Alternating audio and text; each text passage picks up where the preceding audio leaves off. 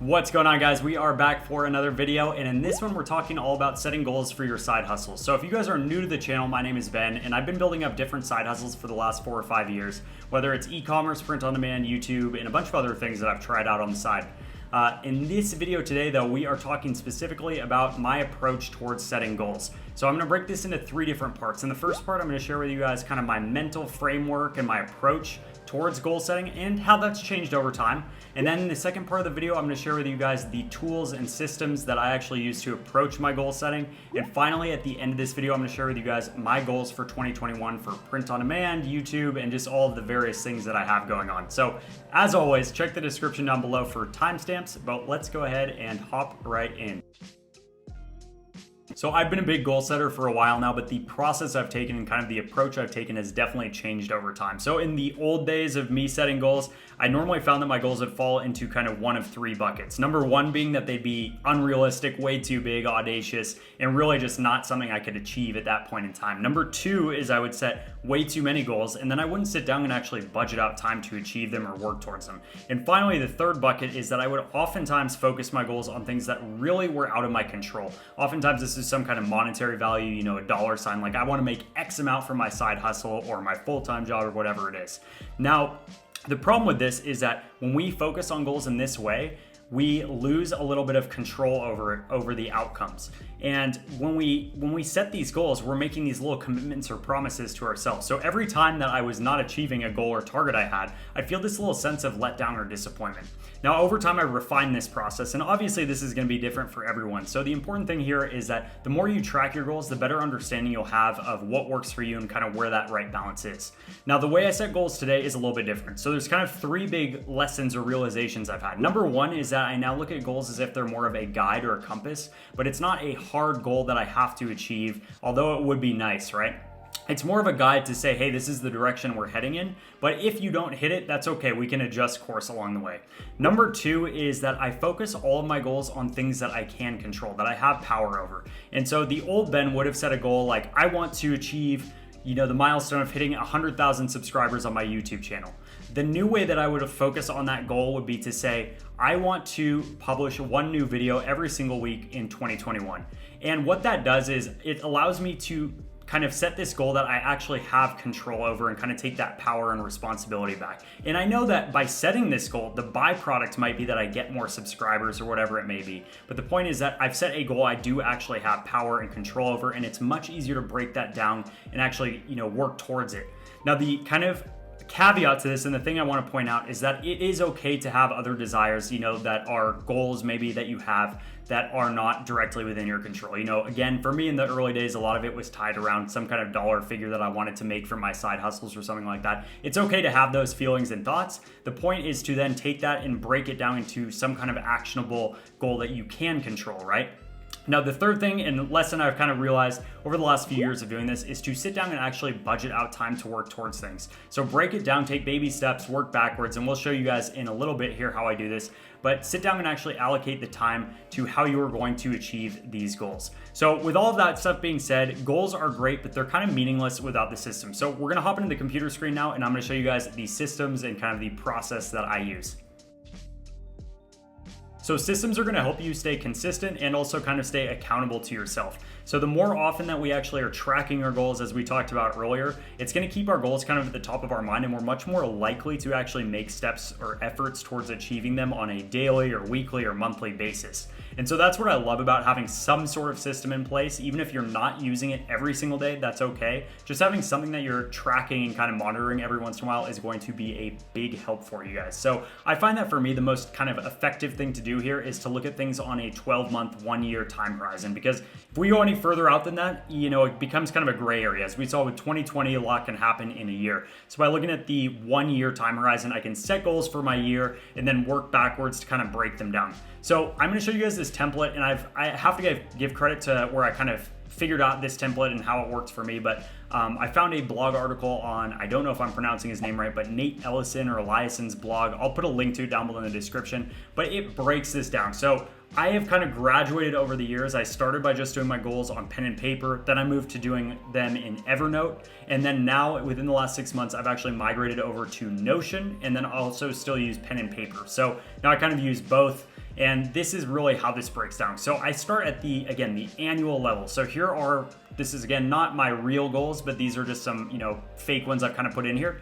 And so at the annual level, I break this down, and you guys can do this however you want, but I break it down by the different verticals in my side hustles. So for example, for me, I have my print on demand goals, my YouTube goals, my blog goals, and then kind of these bigger growth goals that I have for myself. Now, if you were doing this maybe for your personal life, it could be something like your physical goals. So maybe your physical and health, your career goals or aspirations, social, whatever it may be. So obviously take this modified however you guys want. I'm just showing you what I'm doing and what's working for me. So we pretty much break this out, and we have at the annual level, the goals here for print on demand, YouTube, etc. So if we look at one example, my goal for 2021 would be maybe to publish 60 videos on my YouTube channel. Great, that's awesome. That's something I can control. I know I can put content out. Now I want to take this stuff and break it down. And I'll update my annual goals periodically, but you guys will see that in a second. So next we go into breaking it down into each quarter. So at the start of each quarter, I'll break down these goals into a much more manageable size. So Q1, we have just another example here.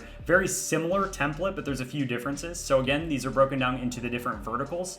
And so, for example, let me move this back up here. But YouTube, so my annual goal was to publish 60 videos. So now in these 3 months, I'm going to break that down, and I'm going to say I want to publish 16 new videos in this first quarter of the year. And so that goal is something that it's much more manageable than doing 60. Then I'm going to do that for every single goal I have for the year, for this quarter. And I'm also going to highlight kind of the top 3 to 5 priorities that I have, so I know what's the most important, what's going to move the needle for me. And then at the end of each quarter, I will answer some questions. So first of all, I'll mark any goals that I've completed, any goals I didn't complete in this quarter, which I'll move or update on my next quarter. And then I'll answer some questions here. So this, again, these are just to make sure that I'm kind of being honest with myself and making progress. So what got done towards my annual goals? And then I'll go back and update my annual goals. What's creating the biggest bottlenecks in my business? And then what are the top 5 priorities for the next quarter? And so then every quarter, I'll update these as well. Now, next we can take it one level deeper, so we can go to the monthly goals. So now I have another sub page in here for the month. So let's say for January 2021, very similar. So we have all of our verticals broken out. And again, I will then break those down. So I said for Q1, I wanted to do 16 videos. That means for this month, I want to do 5 new YouTube videos. And as I kind of break that down, I will then mark it complete and move it down here. And I have the same questions, the same priorities. And then we really can keep going deeper on this. It depends how granular you guys want to get. So you can go into doing another page or, breaking it down by a weekly basis or even daily. I get lazy, so I don't always do this. But normally what I'm doing is I'm keeping track of all the things I have floating around to do every single day. So just as an example to show you guys, and then I'll show you my goals in one sec here, is I will break down, so for the 20th, so January 20th, these are my tasks that I have. So I have my goals, and I kind of mix all of this stuff in with my personal and my professional. All of this stuff kind of goes in one place. So you can see I have everything from do the research for my next YouTube video to call the eye doctor. So this allows me to kind of keep myself accountable and try to make some kind of progress every single day on these. And obviously if I don't achieve them, they just get moved to the next day and I kind of adjust course. So that is how I kind of break all these down. I do also use, good old fashioned pen and paper. So I will write some stuff on here sometimes. Sometimes I find that it's easier to write goals down on there. But with that being said, let's go ahead and hop right into the next part. And I'm going to show you guys what my actual goals are for 2021. All right, guys, so we have gone over the systems that I use and think about and kind of that mental framework that I've built and refined over the years. But now let's get into what my actual goals are for 2021 for my side hustles, print on demand, YouTube, etc. And I wanted to share these with you guys because I always found it helpful to see what other people, how they were thinking about goals and breaking them down and, what's achievable for different people. So I hope that this is in some way helpful for you guys. And I'd also love to hear from you, what your goals are and if this seems realistic to you or if there's any other strategies that you're using with goal setting. But to get into this, pretty much I'm breaking it down in the same kind of way. So I have my 4 business verticals, so to speak, or 4 things that I'm really focusing on this year. So number 1, my print on demand goals, 2, YouTube, blog, and my kind of growth goals. So in terms of print on demand, I just maxed out my tier 4,000 slots on Amazon. So I'm hoping that I'll get tiered up in the coming weeks here. but my goal this year is to add 1,000 new unique designs. So obviously those will get published onto multiple products, but I want to add 1,000 new unique designs. So that obviously means more research, working with my designer to get more designs made, etc. Maybe making some designs myself, all that good jazz. But I want to keep growing my Merch by Amazon account. So that is my first goal.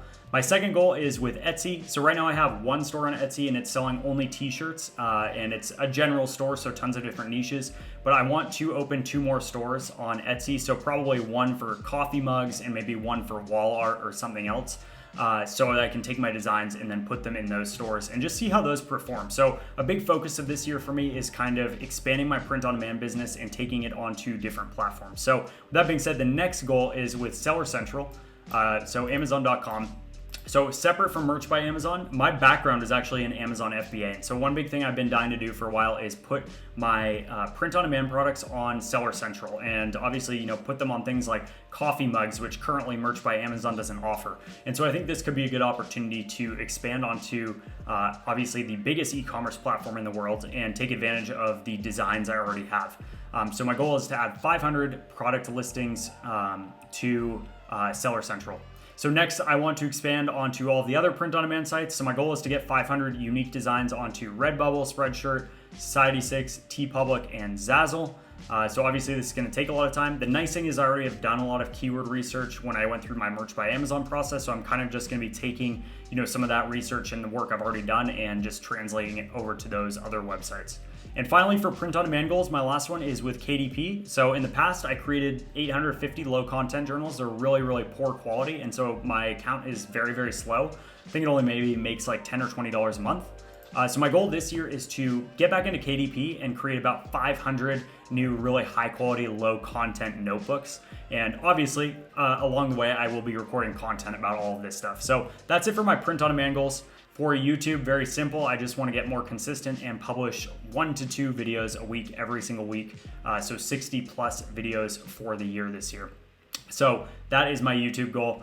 And in the past, I've struggled with consistency, so I'm really trying to hammer this in this year. So next, I will admit I'm not the best writer, but I have been trying to make more content and make an effort to actually, write articles a little bit more. So on my blog, I want to publish 25 new standalone articles this year, and then Medium, which I just recently started, I also want to publish about 20 or so articles this year, and I think I've already published 2 or 3 on there. So I'll put links to those if you guys are curious down below in the description, but that is something else I want to work towards this year. And then finally, guys, I like to have my growth goals. These are kind of like my stretch goals that I think are going to be a little bit harder to achieve in this timeline because of everything else going on. But very simply, there's 4 of them. So the first one is to launch an FBA private label product, which I've done in the past and I've had a ton of experience with in the past, but I have a few ideas for products I want to get out into the market. So that is one goal. The next is to get an Airbnb property. So I want to get a property and start renting it out on Airbnb, which is something I've been learning about for the last 6 or so months. Obviously, it's kind of a challenging time to do this, so that's why I'm kind of waiting on this. I don't know if it'll actually happen this year, but the next one is with KDP. So I want to create 5 ebooks and audiobooks. So not low content notebooks, but I want to get a ghostwriter to actually come in and create a few ebooks for me and then get them converted into audiobooks as well, just to test out that business model and see, if it's something there that I want to delve a little bit deeper into.